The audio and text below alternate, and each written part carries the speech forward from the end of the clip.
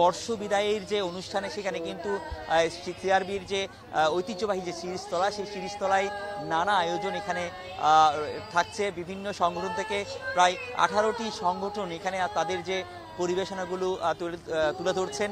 মূলত এই যে বছরের যে যত গ্লানি আছে, যত দুঃখ আছে, যত কষ্ট আছে, সব দুঃখ দুর্দশা দূর করে দিয়ে নতুনকে সূচনা করার যে একটি আয়োজন, তারই একটি আয়োজন আমরা আসলে দেখতে পাচ্ছি। তো চট্টগ্রামে বিভিন্ন জায়গায় আসলে বর্ষবরণের আয়োজন করা হয়ে থাকে, বর্ষবিদায় আয়োজন করা হয়ে থাকে। তবে এবারে চট্টগ্রামে একটি মাত্র জায়গায়, এই চট্টগ্রামে সিআরবি শিরিষতলায় বর্ষবিদায় অনুষ্ঠানটি আসলে আয়োজন করা হয়েছে। এখন প্রতিবারের মতোই তারা এখানে প্রতি বছরই করে, এই বছরই সেই ধারাবাহিকতা তারা আসলে রেখেছে।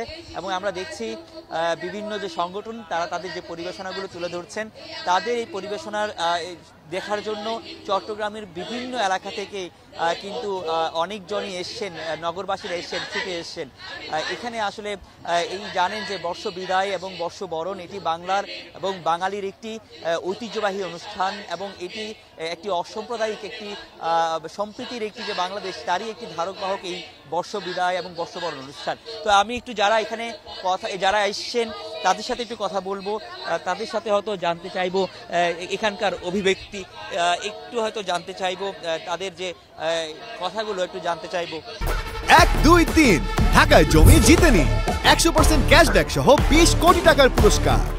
এই যে বর্ষবিদায় বর্ষবরণ অনুষ্ঠানটা আপনি উপভোগ করছেন, কেমন লাগছে? খুব ভালো লাগছে, এখানে অনেকক্ষণ বসেছিলাম, অনেক ভালো লাগছে। আর এই পরিবেশটা কেমন, সব মিলে পরিবেশ এবং আনন্দ? একটু গরম, কিন্তু তারপরে বাচ্চারা এনজয় করছে, সেটাই ভালো লাগছে। বাচ্চাকে নিয়ে এসেছি নববর্ষ উপলক্ষে, ভালোই লাগছে। ধন্যবাদ আপনাকে। আমি আরেকজনের সাথে একটু কথা বলতে চাইবো। আপনারা কোত্থেকে এসেছেন এবং কেমন লাগছে এই বর্ষবিদায় বর্ষবরণ অনুষ্ঠানটা, একটু কেমন লাগছে? জি ভাইয়া, অনেক ভালো লাগতেছে, আমাদের অনেক আনন্দ লাগতেছে। আমাদের ঈদের ভিতরে বৈশাখ এটা পড়ছে, আমরা সবাই অনেক আনন্দ পাচ্ছি। আমি আসছি চট্টগ্রাম কালুঘাট থেকে, এখানে দেখার জন্য পরিবেশটা অনেক সুন্দর লাগতেছে।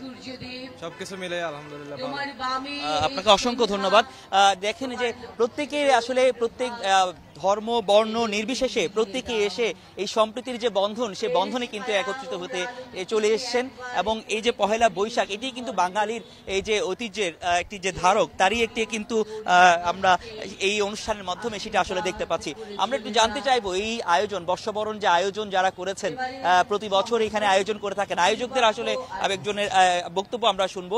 আমাদের সাথে আছেন এখানকার যে সিআরবি শিরিষতলার যে নববর্ষ উদযাপন পরিষদের প্রতিষ্ঠাকালীন সদস্য কামরুল হাসান বাদল, উনি আসলে এখানকার একটু আমি জানতে চাইবো, আপনারা প্রতি বছরই এই ধরনের একটি আয়োজন আপনারা করেন, বর্ষ বিদায় এবং বর্ষবরণ অনুষ্ঠানটা করেন, এবং একটা দারুণ একটি পরিবেশ সৃষ্টি হয়। তো সব মিলে এই আয়োজন সম্পর্কে আপনারা কেমন সাড়া পান, আসলে এই যে আয়োজনগুলোকে কিভাবে করেন একটু যদি আমাকে বলতেন। এটা আর বলার অপেক্ষা রাখে না যে পহেলা বৈশাখ তো বাঙালির মানে আমাদের জাতীয় একটি উৎসব। আমরা ধর্ম বর্ণ নির্বিশেষে আমাদের প্রাণের একটি উৎসব পহেলা বৈশাখ। তা আমরা এই রেলের এই জায়গাটিতে আমরা বেছে নিয়েছিলাম আজ থেকে প্রায় 16 বছর আগে। আমাদের 16তম আসর হচ্ছে এটা, এবং এই আয়োজনটা হচ্ছে বাংলাদেশের সবচেয়ে বড় বিশাল আয়তনের মধ্যে একটি।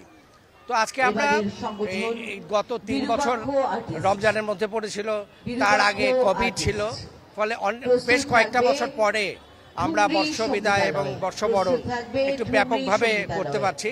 যদিও বা ঈদের ছুটি আছে, অনেকে বাড়ি চলে গেছেন হয়তো, না হলে হয়তো এখানে কানে কানে পূর্ণ থাকতো। তো আমরা যেটি আসলে চাই সেটি হচ্ছে যে এই বাঙালি জাতীয়তাবাদী চেতনার মধ্য দিয়ে এই বৈশাখের যে বার্তা, বাঙালির যে প্রাণের উৎসব, অসাম্প্রদায়িক যে উৎসব, সেই উৎসবের মধ্য দিয়ে যে আমরা ওই কথাটা বলতে চাই যে অসম্ভব যে চেতনা নিয়ে, আদর্শ নিয়ে বাংলাদেশটা স্বাধীন হয়েছিল সব ধর্মের সব বর্ণের মানুষের জন্যে।